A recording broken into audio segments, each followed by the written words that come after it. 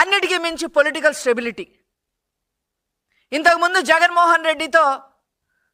వాళ్ళకున్న ఎక్స్పీరియన్సెస్తో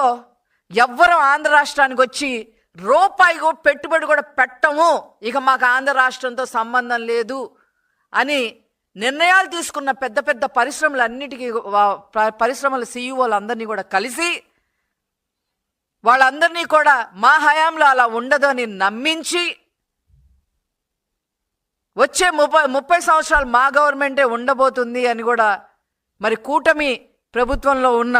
నాయకులందరూ కూడా చెప్పటం వల్ల ఈరోజు నారా చంద్రబాబు నాయుడు గారిని, నారా లోకేష్ గారిని పర్సనల్గా నమ్మి, వారి ట్రాక్ రికార్డ్ని నమ్మి, పొలిటికల్ ట్రాక్ రికార్డ్ని, పర్సనల్ ట్రాక్ రికార్డ్ని కూడా నమ్మి ఈరోజు పెట్టుబడిదారులు వచ్చారు అని అంటే